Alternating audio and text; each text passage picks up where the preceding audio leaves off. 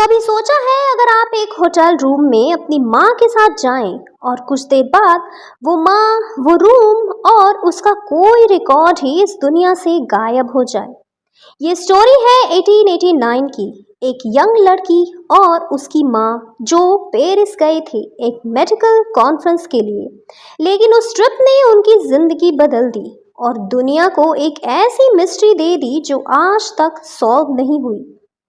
एक British girl Charlotte any मोबर्ली अपनी माँ के साथ पेरिस के होटल रिट्ज में स्टे कर रही थी।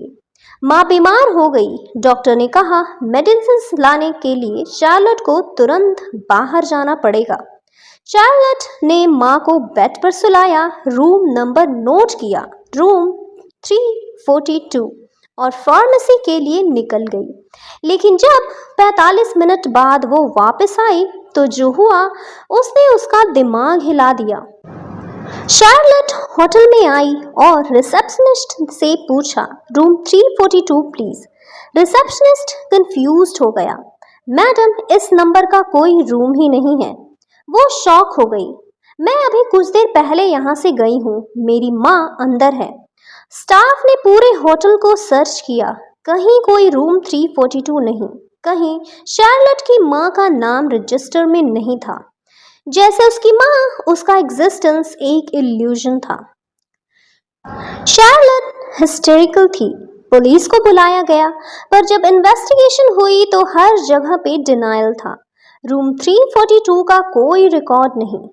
शार्लोट की माँ का नाम गेस्ट लिस्ट में नहीं था। उसकी लगेज का भी ट्रेस नहीं मिला। शार्लोट ने कहा, क्या मैं पागल हो गई हूँ या दुनिया ही बदल गई है? कुछ हिस्टोरियंस कहते हैं शायद ये एक गवर्नमेंट लेवल कवर अप था, किसी डेडली वायरस आउटब्रेक को हाइड करने के लिए। कुछ और कहते हैं वो एक्सीडेंटली टाइम स्लिप में चली गई थी। यहाँ पर निकल कर आती हैं कई सारी थ्योरीज जो अलग अलग चीजें बताती हैं। Theory number 1, government conspiracy. Hotel के एक स्टाफ ने सीक्रेटली बताया कि उसकी माँ ब्लैक प्लेग की शिकार थी और गवर्नमेंट में पूरे रूम को क्वारंटीन कर दिया था। सब कुछ हश हश में डिलीट कर दिया गया।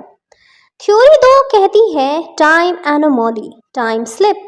वो पेरिस एक थिन व्हील प्लेस माना जाता है जहाँ रियलिटी और दूसरी डायमेंशंस ओवरलैपिंग होते हैं। क्या शार्लोट एक्सीडेंटली एक ऑल्टरनेट टाइम लाइन में चली गई थी जहां उसका रूम एग्जिस्ट नहीं करता? थ्योरी नंबर 3 कहती है डेल्यूजन। साइकोलॉजिस्ट ने कहा शायद एक्सट्रीम स्ट्रेस और फटीग की वजह से शार्लोट हैलुसिनेशन कर रही थी, लेकिन वो इतनी क्लियरली हर डिटेल कैसे याद रख सकती है? आफ्टरमैथ। शार्लोट ने जिंदगी भर उस मिस्ट्री को सॉल्व करने की कोशिश की। उसने एक बुक भी लिखी, एन एडवेंचर, जिसमें उसने अपनी एक्सपीरियंस को डॉक्यूमेंट किया। आज भी हिस्टोरियंस और मिस्ट्री लवर्स इस स्टोरी को डिस्कस करते हैं। क्या सच में कोई माँ एक क्राउडेड होटल रूम से वैनिश हो सकती है बिना किसी ट्रेस के, या कुछ ऐसे फोर्सेस काम कर रही थी? तो दोस्तों, आप क्या सोच रहे हैं? क्या ये सच में एक टाइम स्लिप था या एक क्लेवरली हिडन कवर अप?